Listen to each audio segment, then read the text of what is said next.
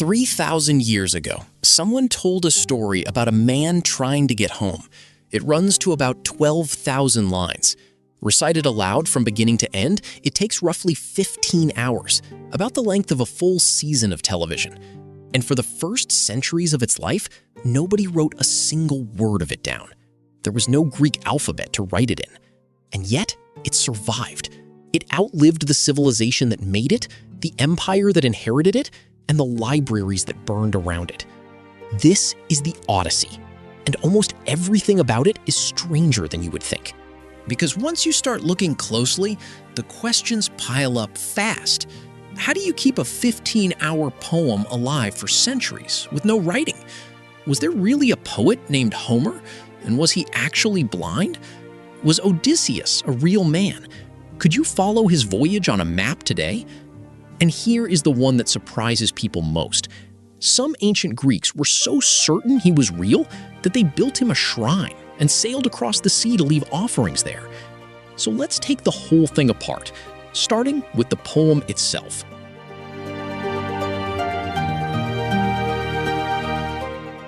Start with what should have been impossible. Before there was any text, there was only a voice. Picture the problem. 12,000 lines, 15 hours of performance, and at the time it was composed, the Greeks had no writing system to record any of it. So the poem lived entirely in the mouths of performers called ioidoi, singers, who carried it from town to town and from one generation to the next. Which raises the obvious question: how did anyone memorize it? And the answer is lovely, because they didn't. The singers never learned it word for word because they never needed to. The poem worked like a set of building blocks. A singer memorized the sequence of episodes and what happened in each, and then composed the actual words fresh, live, while performing. To buy himself a moment while he thought ahead, he had a stock of ready-made phrases to drop in. Odysseus of many wiles, swift-footed Achilles, the long-haired Achaeans, or the rosy-fingered dawn rising out of the dark. And all of it moved to a strict rhythm, chanted to music, which held the whole structure together. So the Odyssey was never really recited. It was rebuilt from scratch every single time by someone improvising inside a frame. Which means that in a real sense, it did not have one author. It had thousands. But a poem that is rebuilt every time will drift. Over centuries of performance, the names changed, details shifted, and different singers told versions that flatly contradicted each other. Imagine a television series where the actors and the characters change with every episode. In 6th century Athens, the city was ruled by a man named Pisistratus, who held festival competitions in which singers performed the epics in sequence, each picking up exactly where the last had stopped. The inconsistencies, it seems, drove him to act. According to Cicero, he ordered the poems collected and written down to fix one authoritative version at last. It was, in effect, the first edition. Even that did not settle it, and rival versions kept circulating for centuries. The next great fix came in Alexandria, at the enormous library founded after Alexander's conquests, where scholars gathered every scroll they could find, including all the competing copies of Homer. Its first librarian, Zenodotus of Ephesus, worked through them, cut the passages he judged to be later additions, and divided each poem into 24 books. That is the shape the Odyssey still has today. He was, essentially, history's first literary editor. His contemporaries, naturally, tore his work apart, and scholars went on arguing about his choices for the next several centuries.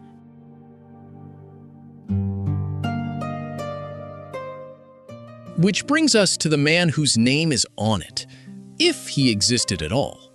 In 1795, a German scholar named Friedrich August Wolff published an analysis arguing that the Iliad and the Odyssey were not the work of a single mind at all, but collections of separate songs composed in different centuries by different people. The argument he started has never really ended, and scholars still fall into roughly 3 camps.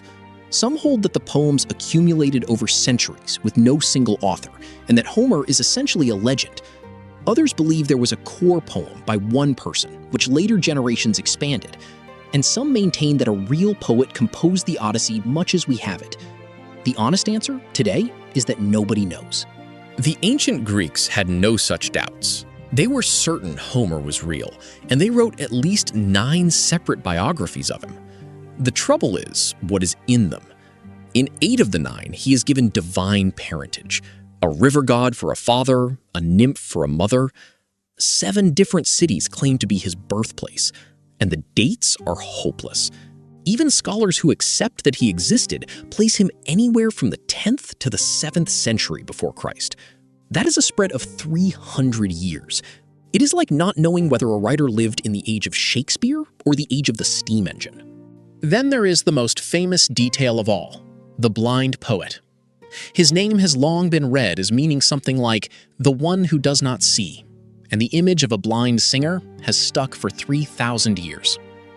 But look at the text, and something odd emerges. The poems are saturated with color and light. Zeus is dark-browed, Athena is bright-eyed, Menelaus is fair-haired, Achilles has red-brown hair. Even the metals get colors. Tin is white, bronze is red, iron is gray. Analysts have found the imagery in the poems is around 85% visual. You would expect a blind poet to build his world out of sound and smell. This one built it out of sight. There is physical evidence, too. On the island of Chios, which claimed to hold his grave, excavations turned up ancient coins bearing his portrait, and on them he is shown with working eyes. A bronze bust in an Italian museum, labeled with his name, shows no sign of blindness either. So where did the legend come from? Very possibly from inside the poem itself. In the Odyssey, there is a singer named Demodocus who performs at the court of the Phaeacians and who is blind. Many scholars think the poet wrote himself into his own story, and making that singer blind was a deliberate signal to a Greek audience. This man does not see with his eyes, he sees with something deeper, like a prophet, and so what he sings is true. One of the songs Demodocus performs, incidentally, is so funny that his listeners cannot stop laughing. That scene is where we get the phrase Homeric laughter. And in 1897, a British writer named Samuel Butler published a theory that scandalized the literary world. He argued that the Odyssey was written by a woman. His evidence was the texture of the thing. The poem is oddly vague about seafaring, and yet extraordinarily precise and observant about weaving, washing, and the running of a household, work that in that world belonged to women. Almost no one accepts his argument today, but it makes a point that still stands. We know so little about the author that a case like that can even be made.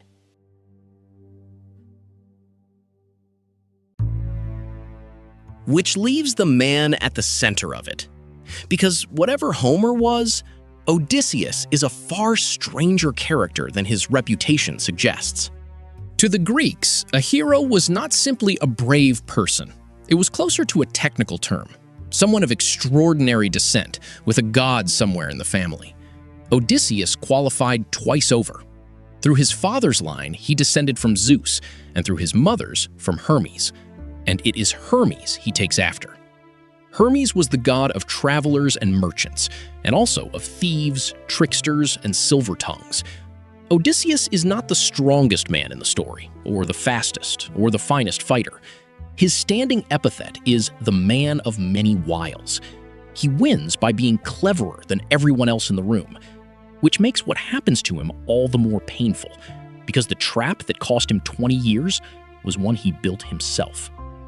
As a young man, Odysseus went to Sparta to compete for the hand of Helen, said to be the most beautiful woman in the world. He looked at the crowd of rival suitors, kings among them, calculated his odds, and quietly withdrew, setting his sights instead on Helen's cousin Penelope, who was clever and steady. But Helen's father had a problem. Dozens of proud, well-armed kings wanted his daughter, and choosing one meant insulting all the rest, and possibly finding their armies at his gates. So Odysseus offered him a solution. Bind every suitor with an oath. They will accept whatever choice is made, and if the winning husband ever needs help, every one of them will come. It worked perfectly. Helen chose Menelaus, Odysseus married Penelope, and went home happy. Then Helen was carried off to Troy. And every one of those men was bound by an oath Odysseus himself had invented to go and bring her back. He had built the machine that would take him from his home for 20 years, and he did not want to go. He had been to an oracle, and it had told him that if he sailed, he would return only after 20 years, alone and with nothing. So when the kings came to collect him, he tried to get out of it by pretending to be insane. He put on rags, hitched an ox and a donkey to the same plow, animals of completely different speeds that no sane farmer would ever pair, and went out sowing his field with salt. It was a committed performance. It did not work. One of the visitors simply took his infant son from Penelope's arms and laid the baby on the ground in front of the advancing plow. Odysseus stopped. And with that, the game was up. Odysseus was then sent to do to someone else exactly what had been done to him. The young Achilles had been hidden away by his mother, disguised among the daughters of a king, to keep him out of a war that a prophecy said would kill him. Odysseus arrived disguised as a traveling merchant and laid out his goods, fabrics, jewelry, and among them, a sword. The girls looked at the cloth. One of them picked up the weapon. It is a beautiful piece of trickery, and it is entirely in character. Odysseus, dragged unwillingly toward the war, made very sure that he was not going alone.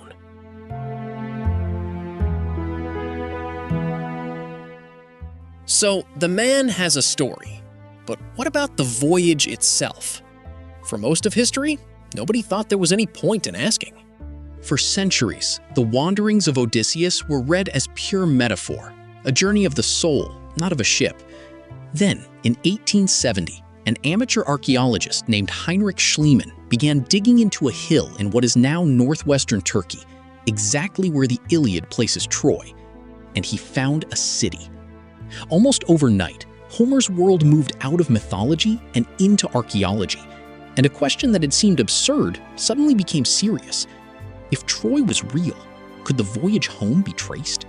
Plenty of people have tried, with proposed routes ranging from the Black Sea to, in one memorable case, Antarctica. But the most interesting attempt belongs to an Irish adventurer named Tim Severin. In 1985, Severin did not simply draw a route on a map.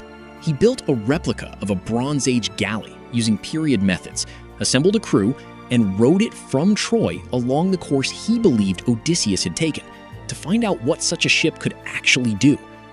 It is one thing to argue about a route on paper. It is another to get in the boat. Take the first stop. Blown off course by storms, Odysseus says he was driven for 9 days before reaching the land of the Lotus Eaters, a people whose food makes visitors forget everything, including home. Severin's crew found that a drift of that length, at the speed their galley actually moved, could plausibly have carried them to the coast of North Africa, around modern Libya. Others favor the island of Jerba, off Tunisia, where a variety of lotus still grows whose extract genuinely does have mild effects on the mind. Then comes the most famous episode of all.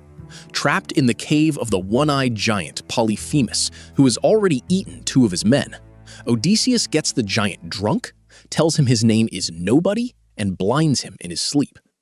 When the other giants hear Polyphemus roaring and ask who has hurt him, he answers, truthfully, nobody. It is a perfect escape. And Odysseus ruins it. Safely out at sea, he cannot resist shouting his real name back across the water. And Polyphemus, it turns out, is the son of Poseidon, god of that very sea, who from that moment makes the journey home as long and miserable as he possibly can. The entire 10-year ordeal comes down to a clever man who could not resist taking credit. Or take the sirens, who lure sailors onto the rocks with their song. Odysseus has his crew plug their ears with wax, then has himself tied to the mast so he can listen without being able to act on it. 2 details usually get lost. First, Homer never describes what the sirens look like. The famous bird women come from later Greek art, and the mermaid version is later still. And second, it is not really their voices that are dangerous. It is what they are singing. They promise to tell Odysseus everything, all he did at Troy, and all that happens on Earth. They are not selling beauty. they are selling knowledge to a man who cannot say no to it. There may even be a physical explanation behind the legend. Sea caves worn into coastal cliffs can howl as wind passes through them and can produce infrasound, too low for the ear to register, but capable of causing dread and even panic. On an unfamiliar coast, among rocks, that is genuinely dangerous.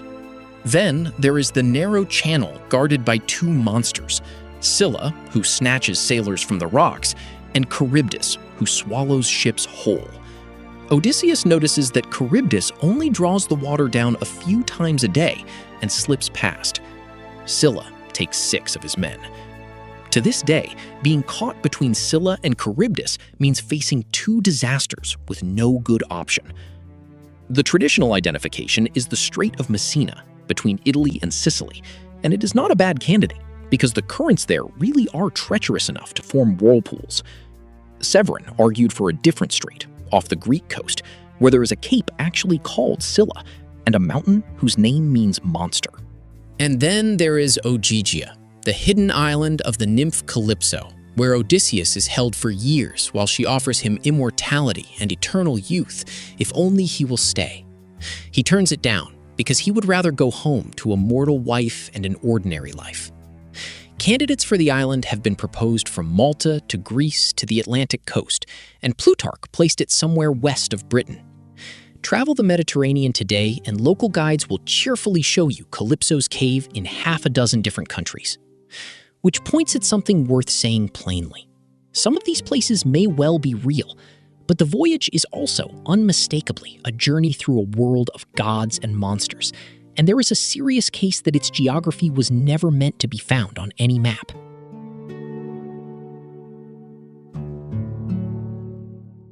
And yet, every so often, the ground gives something back. Start with Ithaca itself, the kingdom Odysseus spends the entire poem trying to reach. Even that is disputed, and scholars still argue over which island in the Ionian Sea it actually was. But on the island that carries the name today, a Greek archaeologist spent 16 years excavating a site and uncovered a palace complex, pottery from the Mycenaean period, and a well built around the 10th century before Christ. Neighboring islands have produced even more from that era, which is not necessarily a contradiction, since the kingdom described in the poem covers several islands rather than one. Then there is a stranger piece of evidence, buried in the text. Near the end of the poem, a prophet turns on the suitors with a dark vision, their heads and knees veiled in darkness, and the sun blotted out of the sky, with a shadow spreading over the earth. Ancient commentators, Plutarch among them, thought that was a description of a total solar eclipse. In the 1920s, astronomers calculated the eclipse nearest the traditional date for the fall of Troy. It passed over the Ionian Sea on the 16th of April, 1178 before Christ. The idea was widely dismissed.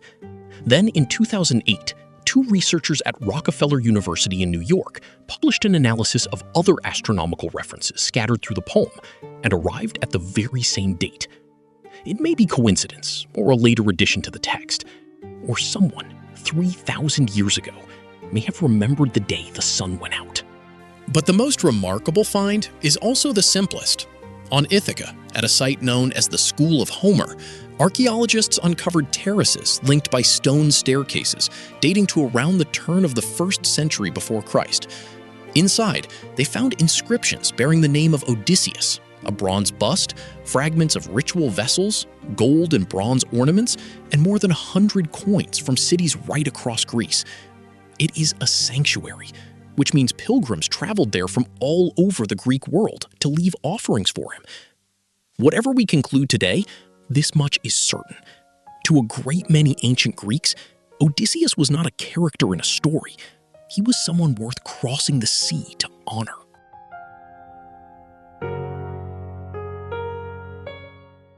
Which leaves the last question, and perhaps the strangest one. How did any of this reach us at all? For its first centuries, Homer belonged to the Greeks, who taught their children to read using his verses. Then Rome rose, and the Romans claimed him as their own, seeing themselves as descendants of the Trojan side of the war.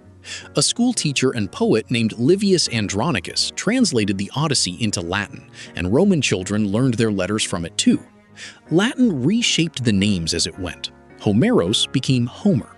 Odysseus became Ulysses. The sorceress Circe became Circe. And it is those Latin forms, not the Greek originals, that most of the world still uses today. From there, the text survived by a run of extraordinary luck. In the 4th century, a great imperial library was founded in Constantinople, and it was very likely there that the poems were copied from fragile papyrus onto durable parchment, which is a large part of the reason we still have them. In 1204, Crusaders sacked the city and its library, and books, which were fabulously valuable, scattered west into Europe.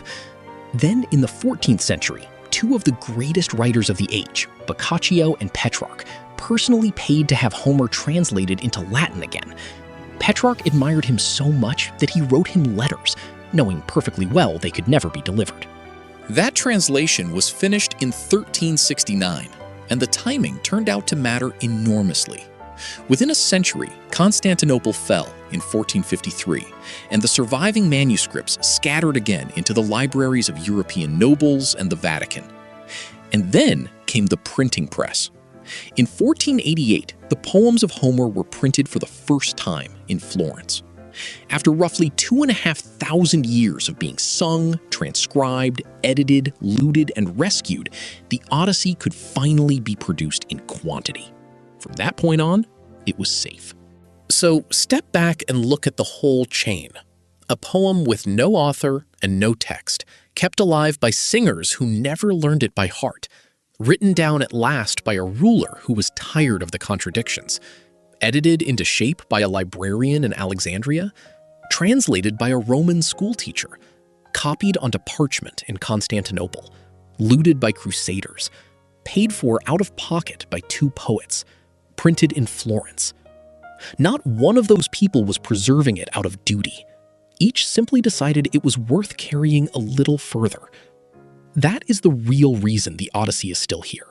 3,000 years of individual people deciding over and over that this story mattered. And it never stopped being remade. Virgil answered it with the Aeneid. Dante put Ulysses in the Inferno. James Joyce rebuilt the whole thing as a single ordinary day in Dublin.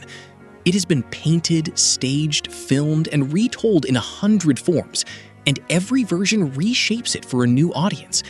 Which is, when you think about it, precisely what those singers were doing 3,000 years ago, taking a story everybody already knows and telling it once more, in a new voice for a new room. The Odyssey has never really had a final version. It just keeps being performed. This channel is about looking a little more closely at the moments that quietly shape the world we live in. If you enjoy history told this way, stay with us. There is always another story worth telling.